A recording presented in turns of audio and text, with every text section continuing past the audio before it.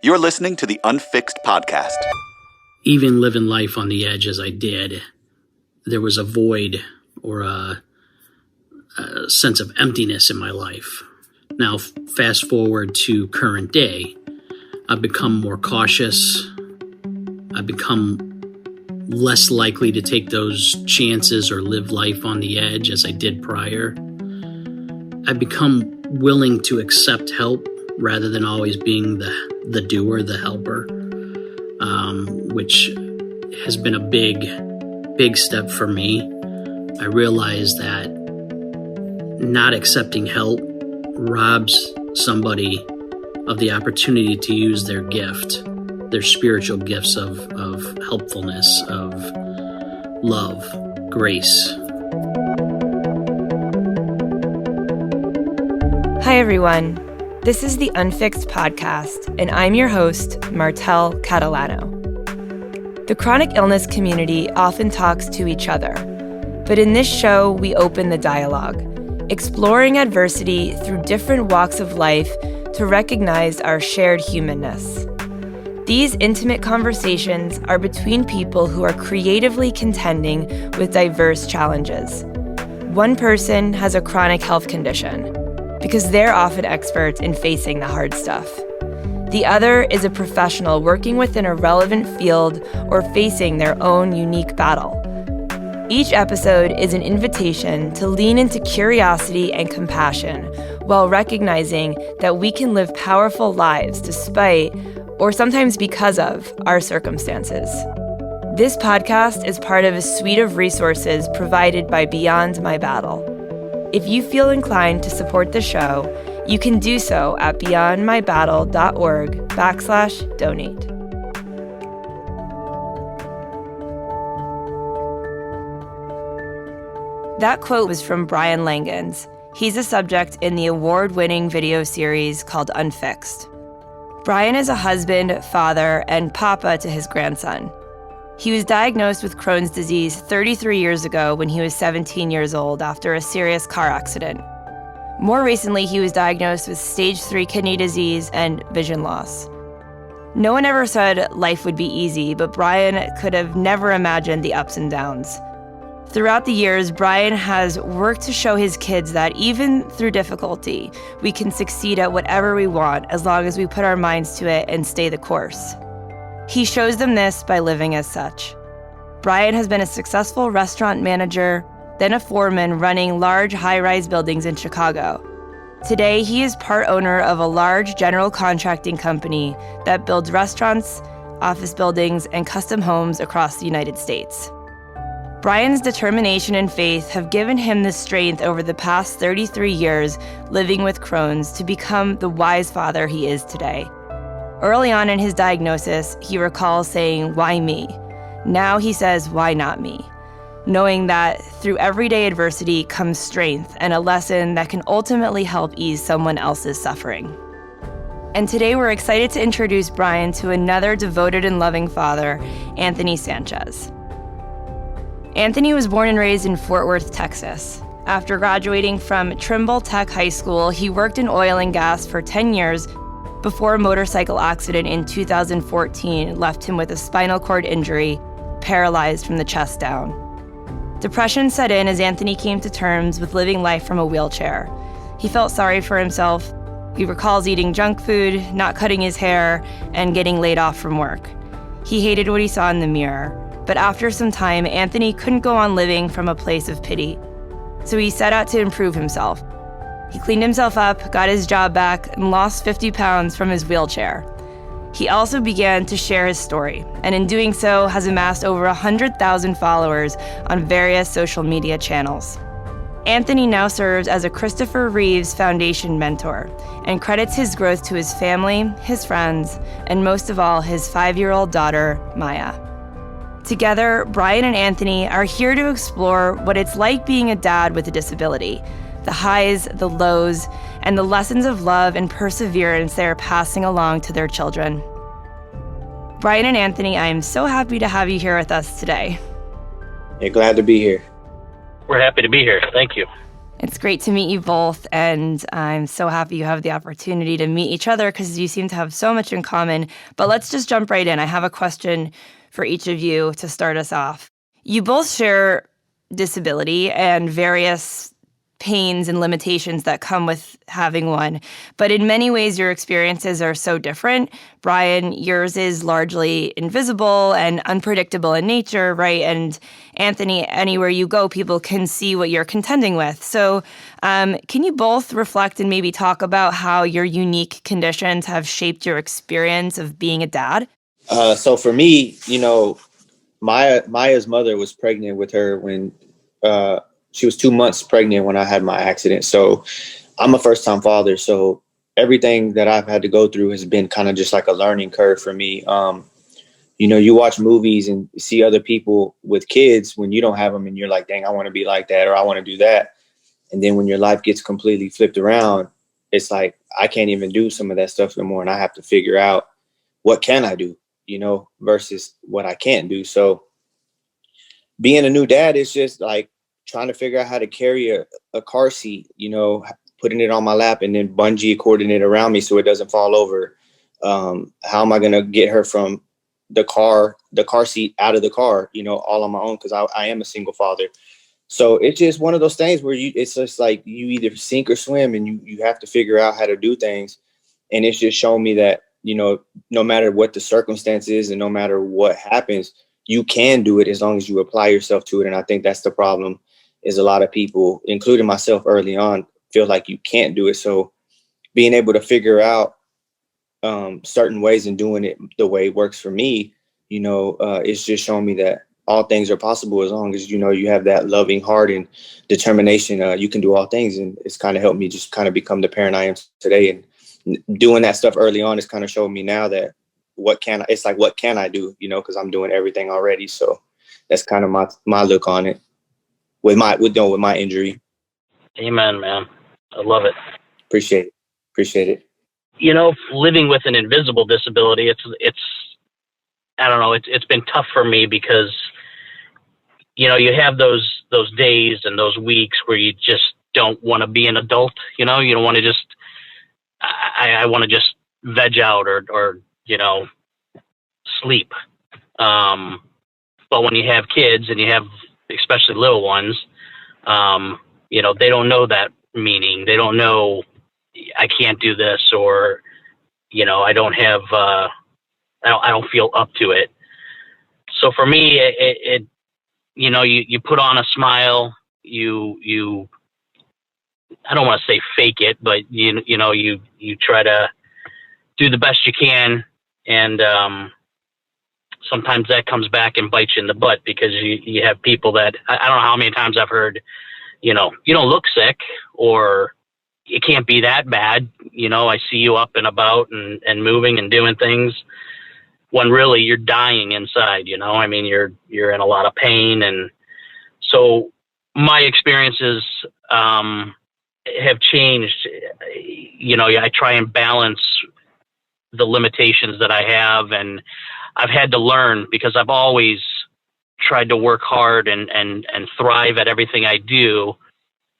But at the same time, it's hindering me inside, and I've had to learn my limitations and learn when to step back and take a little time for myself. Right. Yeah, as someone who lives with a disability myself, I think the honesty and the truthfulness of knowing your own limitations is a journey in and of itself, because Anthony, it's so true. Like, you can do the things that you always did in some ways, but I'm sure there's things that each of us can no longer do that we have had to come to terms with. Are there certain things like that come to mind for you? Yeah, like one thing I always want to do is like run through the beach with my daughter on my shoulders, and obviously I can't do that. They do have, it's cool though, but they do have like chairs that can roll like on the beach and stuff like that. So I could still do it, but being paralyzed from the chest down, it's like I don't really have the balance, you know what I mean? And now she's 5, so she's a lot bigger. So her weight would probably pull me down. So there is some things that I can't do. I try not to focus on those too much and just try to figure out something that can be similar to it in this, not exactly the same, but something similar. But that's one of the things that I've always wanted to do that I haven't done yet, but I'll figure something out when that time comes. I've watched some of your videos and YouTube, Anthony, and you amaze me. I mean, I love watching even the stand-up chair. You're so determined, and you're such an inspiration. Yeah. I just, like you said earlier about, kids don't know about the I can or whatever, I want to give up and all that. My daughter doesn't know any of that. And I don't want her to ever see me feeling sorry for myself or, complaining about the situation, even though there is times where I'm in severe nerve pain, because I want my daughter to always know that, if her daddy can do it in a wheelchair, then there's nothing that she can't do. So that's kind of one of the things what keeps me going, keeps the fuel. You know what I mean? Absolutely. Brian, what about you? Is there anything that you've come to terms with? I think that in so many ways, like knowing that maybe something has been lost and something else has been gained through it. Like, maybe for Anthony, like I can't do it this way, but I can do it this way. And for me, it's like I can't drive anymore, but I now, get to sit with people in the car and pick the music or, whatever it is for me. But like, what is it for you, Brian? Yeah. Right. I guess my limitations aren't, obviously they're not the same, but I've had to learn to be able to step back a little bit instead of always being the guy that goes, or is there to help others. And believe me, that's my heart. I love to be able to help others, but I've had to learn to step back and accept help. And that's a huge thing for me. From the beginning, you always want to be that person that's self-sufficient, self-reliant, wants to do, things for themselves. But I realized, and a person, one of my friends from church once told me, they're like, you're robbing somebody of their spiritual gift of being able to help when you don't allow them to help. And it hit a nerve for me because I was always, no, I'm okay. I'll do it. I can take care of it. We're going to survive. We're going to make it. But, you're hurting them. You're taking away that opportunity for them to use their spiritual gift of helpfulness and love. And so that's a big thing for me to step back and allow that to happen. Yeah, you kind of like robbing them from a blessing. You know what I mean? Exactly. Yeah, and even it could be just the gift of time, right? Like maybe somebody does have more time than you in their day and are looking for ways to help other people, and you telling them no, that they can't help is kind of closing the door on somebody who might really be looking for that, that gift. Exactly. Yep. I learned that big time when my daughter was born missing bile ducts in her liver. So at an early as a baby, as soon as she could start moving her arms, she would start scratching, and, the bile would come up through the pores of her skin and it would burn, and we'd wake up in the middle of the night and she'd be covered in blood from scratching. And, we're scared. We don't know what's going on. And, she ended up having a liver transplant at 12. And that's when we needed the help the most. I wasn't able to work. My wife and I were both downtown at the hospital, for 3 months with her. And it took a toll on us, but we had so many people step up and we were able to accept that help. And it blessed us tremendously. Yeah. Yeah. Helpers need help too. Yep. Never forget. But I think, a theme that's so common in parenting, especially with being a dad, and I think this comes back to largely being a male in our society and culture because it's fraught with heroic expectations about being the provider or being successful and strong or just invincible in general, which is obviously a unachievable, that's not possible to be invincible, but that messaging has been there forever. So how has your disability changed your expectations that you have of yourself as a father or a man? I mean, for me, early on, it kind of, it drug me down, I didn't know, like I said earlier, what I could or couldn't do. So when I got laid off my job, as a man, I was like, I'm a failure, like I can't work. I'm not providing anymore. What can I do? I can't even go out and get food for myself. So it really took a big toll on me early on. And it wasn't until I said, you know what, I'm not going to let this disability in this chair stop me. I need to figure out what I can do. I said, my arms still work. I'm still smart. I didn't have like any type of brain injury. So why can't I work like at a desk job? Right. So once I started to apply myself, I actually got a call. I was applying everywhere. So, like you said just now, being a man, I was like, I have to make some type of money. There's like, it doesn't matter at this point. It doesn't matter where it's at. Like I have to have some type of income to give me that mindset that I can at least buy diapers for my daughter, and I applied everywhere, and Walmart called me back and they were like, hey, they want me to be a cashier. And I was like, well, I'm in a wheelchair. So they're like, oh yeah, we don't know if that'll work. And I said, but is there anything else? So they're like, we have a door greeter position if you'd like that. And in my head, I'm like, I'm already sitting down. All I gotta do is sit at the door and just tell people hi and bye. So I was like, yeah, I'll take it. So I took it.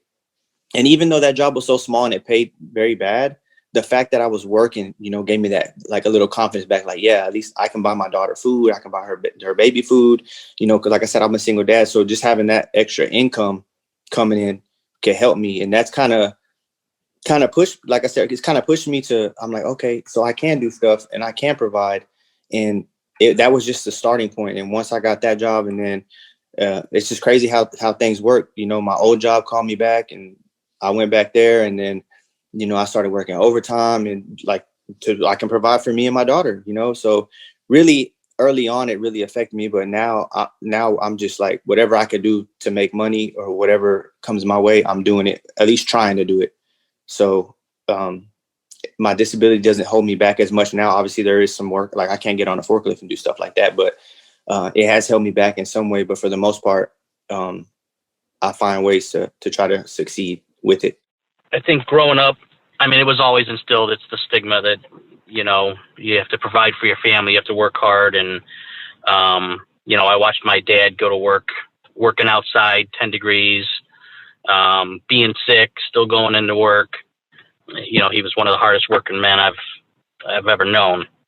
I started out working when I was 14 years old, working hard in a farmer's field, and I wanted that independence. I wanted to have my own money. And then fast forward to my diagnosis, and I realized, life's not going to be the same. I'm not going to be able to do what I expected to do or work as long as I'm going to be able to, or I thought I'd be able to work. But I've always excelled at what I've done, just trying to, like Anthony was saying, keep that mindset that no matter what you're going through, you got to work hard, stay positive, stay focused, and continue to move forward. And that's what I hope my kids see from this, that no matter what, as long as you're putting one foot in front of the other and moving forward, you're gonna make it. You're gonna succeed. Obviously, it's still a battle for me. I still, have those days or, those times when, you get another diagnosis or you get something else that comes up and you're like, what else? But I look back and look at the kids and think, you got to do it. Keep moving. Yeah. And like, as far as like what you just said about succeeding, it's like, it changes, you know what I mean? So it's like before my accident, succeeding for me was like working a bunch of hours, making a ton of money, having a nice house and nice car. And now it's just like my version of success now is just like being able to provide for my daughter. Exactly. Even if it is in a smaller place and not the best car, is just being able to make it. Like that gets me going. Like I don't need to have all that fancy stuff. Would I enjoy it? Yeah, of course. Who wouldn't? But my version has changed since my accident. So I see like the smaller things mean more to me than they did back then. You know what I mean? Yep. Like that job at Walmart. I would have never wanted to do something like that when I was before my accident, because I've always worked good jobs making money. So that job to me was like I was so happy. Like, oh man, I got a job. Like I could still work. Like I could still, you know what I mean? So things change, but it's really just the mindset. So like perspective. Yeah, the perspective. Yeah. So I'm happy where I'm at now. Like I make YouTube videos and go to talk at hospitals and helping people for free. And I get more joy out of that than I would if I was getting paid for it, because it comes from my heart. You know what I mean?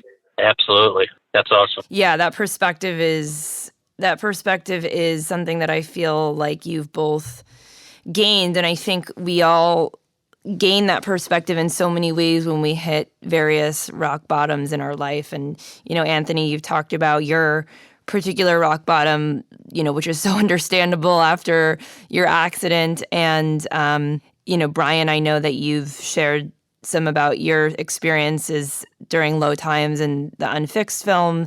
But I think a lot of it, and I hear this so much in the community, the chronic illness and disability community at large, is just that feeling of being a burden to your family or your friends, mostly your family. And I know this comes back full circle to what we discussed about asking for help, right? Because like the feeling of burden is only derived out of needing help from others in a sense. But I wonder if you're comfortable with talking about those feelings with us if they come up, that feeling of wanting to give up or that feeling of just like you're too much of a burden, and sharing what has pulled you through in those times, if it's your children or if it's anything else. So for me, it's like, for sure, like my daughter's the main reason why I haven't given up.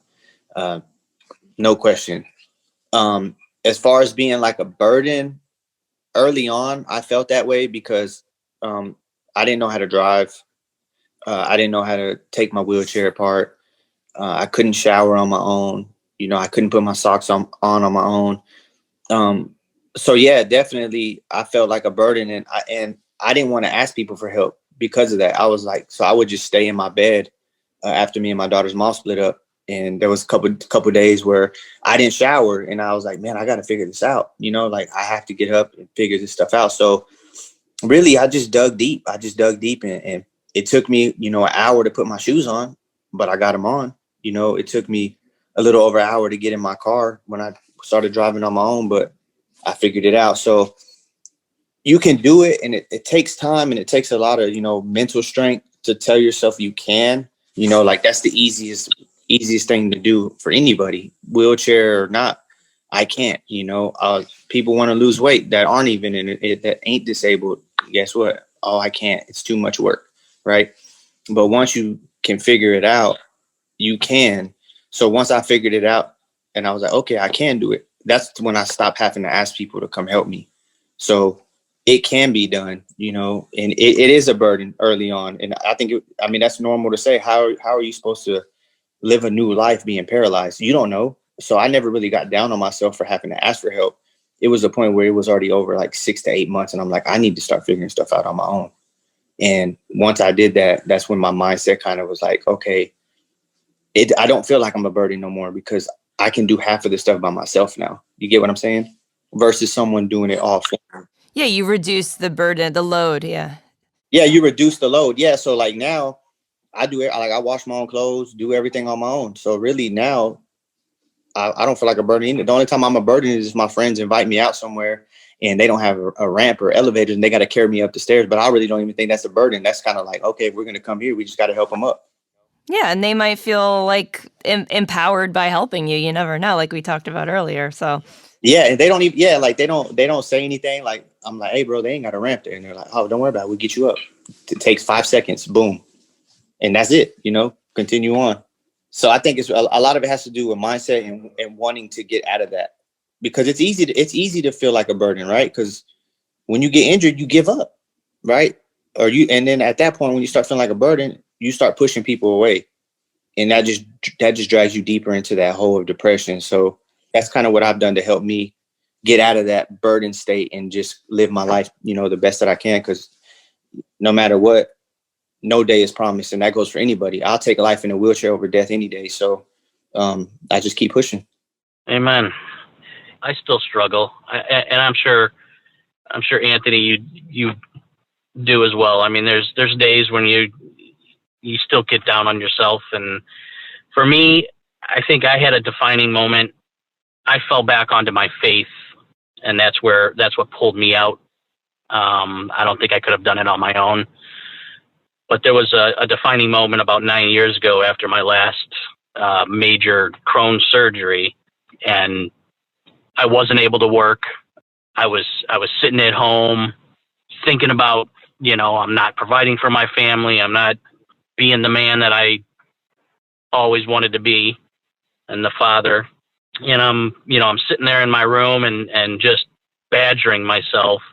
And it was like Satan got in my ear, and he's like, you're worthless. You're sitting here and you're just the biggest burden to your family. They'd be much better off without you. It was almost at that exact moment that I heard my mom's voice. And I think God used her voice to say, Brian Keith, she screamed it at me to wake me up. And then I heard him say, this is not from me. I didn't bring you this far for it to end this way. I have more work for you. And it was at that point when, I immediately called my dad and I said, come get my guns, get this stuff out of my house. And I asked for help. And now I look back and I would never want to live or end my life. I don't want to be without my family. I don't want them to be without me. It's that was my defining moment. I think that was my rock bottom day. Yeah, I hear stories like that a lot, and it's not uncommon to feel like just throwing in the towel for sure. I wonder if you guys have a moment or like a story with one of your kids where the table was turned for you, like where your child showed up for you or taught you a really valuable life lesson, as sometimes kids can do. Mine was, and it wasn't necessarily dealing with my own illness, but it was for my daughter with her liver. When we finally got a call, I mean, she was 12 years old when she finally ended up getting a transplant. She was put on the list that year. We didn't think she was going to make it through that year. She was really sick. It went into progressive cirrhosis. And yet she was constantly upbeat and working hard in school and just such an inspiration. But that year, like I said, we weren't sure she was going to make it through the year. She was really getting bad. They put her on the transplant list, and they called us less than 35 days. They had a liver for her, which is unheard of. We took a small vacation. We went down to Branson, Missouri. So we were 10 hours away from Chicago, and they're like, we have a liver. We need you to get back here, as quick as possible. It's only good for so long. So, we jump in the car, we take off, we're flying. I'm in the front seat driving. I'm bawling my eyes out. My wife's in the passenger seat. She's crying. We're a complete nervous wreck. My daughter, I hear this little voice in the back seat, and she's like, what are you guys crying for? This is the best day of my life. And it was like unbelievable. I mean, we get to the hospital, 1:00 in the morning. Our pastors are there, our family's there, and she's there cracking jokes the whole time as they're putting IVs in her, getting her set up for this surgery, this major surgery. And she's cracking jokes, just being an inspiration to all of us that are, here we are, the adults that are supposed to have it all under control. And she's teaching us, and that there's so much. That's just a testament of how much we can learn from our kids. Okay. So, like one of the moments that I have, it wasn't like that, but where my daughter kind of came, when the tables were turned. So I picked her up. It was my weekend to get her, and I picked her up, and she was hungry. So she loves McDonald's. So we went to McDonald's and we got food, and it started to pour down rain. So we're in the car, and I was thinking, like, should we just eat in the car? Because I have to get myself out, get her bag out, get her out, and then still carry the food. Typically, I do it all already, but with it being raining, I didn't want the bags to get all wet and then start ripping and then drop it or something. So I was like, baby, we're going to have to wait. We might have to eat in the car. And she said, I could carry it, Daddy. I said, can you carry it? And she was like, I could carry it. I was like, all right. So she got out. I unbuckled her. She got out, came to the driver's side. I opened the door. I gave her the drinks and the food, and she got it and met me at the door at the apartment and like ran up there. And then she came back. She goes, "Here, I'll help you with your chair." But my chair is too heavy and big. So I was like, "No, baby, you go back under there. I could do the chair." And she goes, "Okay, Dad." So we went over there.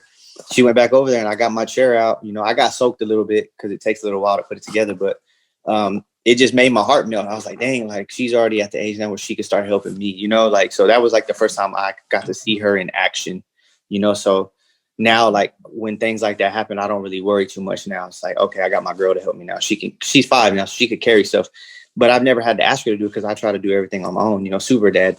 But yeah, that's like a little moment that where the tables were kind of turning. She helped me out. That's awesome. Yeah, it was cool. It was pretty cool. I'll never forget that. Yeah, I saw a picture of her. She's so cute. She is. Thank you. She is.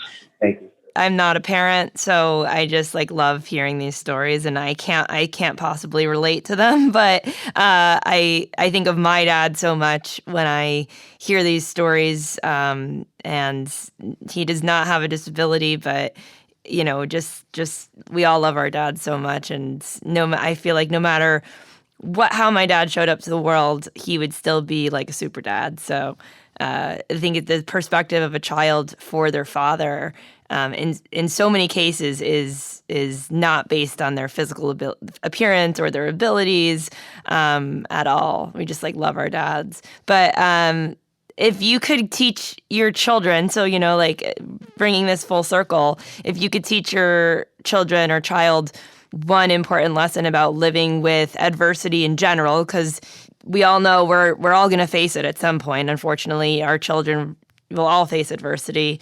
But what's the thing that you wish that they would take with them and have and cling to in those moments? Kind of what I've been teaching her now, you know, and as one of the reasons why I do what I do, never give up. You know, if daddy can do it, you could do it, you know, at least try. There's no quit. There's no quit and there's no give up and there's no I can't. You know, if daddy can do it, I can do it. And I tell her that all the time. She does ballet and I get up on the stage with her and do daddy-daughter dances. I'm the only guy in the wheelchair up there, you know, and we're the best ones, you know, everything. And that's why I do it, because daddy's up there doing it. You know, I'm shy. I'm not a dancer. I can't dance, but I'm up there with her. And I just want to instill that in her. If daddy can do it, I can do it. And that's one lesson that she can take for the rest of her life. You know, you don't outgrow that mindset. So that's kind of something that I'm going to continue as long as I'm here on earth to put into her. Just like when it comes to school, she's doing reading. She's in kindergarten. So like she kind of struggling right now with learning how to read.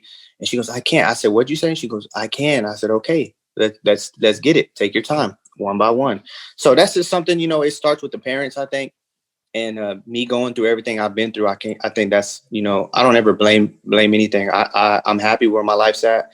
And I'm glad I'm able to go through what I went through to have this mindset to put in her so she can carry this when she gets older and then translate it to her kids and so far and so forth. Absolutely. Yeah, for me, I think it's similar.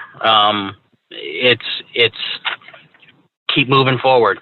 No matter what you go through, and you're going to go through something, just look past it and move forward. You know, I think we can gather enough momentum on the good days to spring us through the bad days. Focus on what you want to succeed or accomplish and keep moving forward. And ask for help, right? Like so much of what we've talked about today has been about, you know, you can do it, but if you need a little help getting there, right, that's okay. For sure. Yeah, if you need the help, like if I go to the stores and I can't reach the stuff on the top rack, I'm going up to the next person who's walking by. Like I'm not scared to ask for help. I'm like, hey, excuse me, could you get that? Yeah, I'm not scared. I mean, but I'm a people's person. Not everyone's like that. You know, I can make a friend anywhere I go. So, but I'm, you know, asking for help. There's nothing wrong with it. I see a lot of people struggling because they don't want to ask for help. So definitely asking for help. If you need it, do it, you know? Nice. Absolutely. Well, is there anything else you wanted to leave our listeners with? I think this has been such a great episode. We've never done anything like this that's focused on like family dynamic or parents or anything. So anyone out there who's newly injured, spinal cord injury, if you're listening to this, check me out on Instagram, Wheelchair Poppy, and you can subscribe to my YouTube channel, Behind the Chair A Sanchez. I got videos on there to let you know that if I could do it, you could do it. Amen. Well, thank you both so much for joining us. You are undeniably such amazing fathers, and I think that, sharing these stories would inspire any parent to walk with adversity and know that they can do all the things that every able-bodied parent can do. So the world needs more dads like you, and thanks for your courage to share your story. Thank you for the opportunity. Thank you. Listeners can learn more about Brian and Anthony by heading to the episode page on beyondmybattle.org or unfixedfilm.com.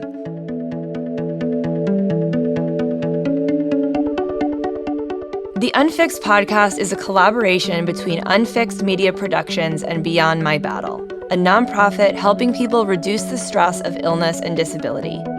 If you want to learn more about the Unfixed documentary, visit unfixedmedia.com or subscribe to the Unfixed Community YouTube channel. As always, if this show or particular episode resonated with you or helped you in some way, please leave us a review on Apple Podcasts or share it with your friends and family. Each episode is recorded and edited by Starling Studios.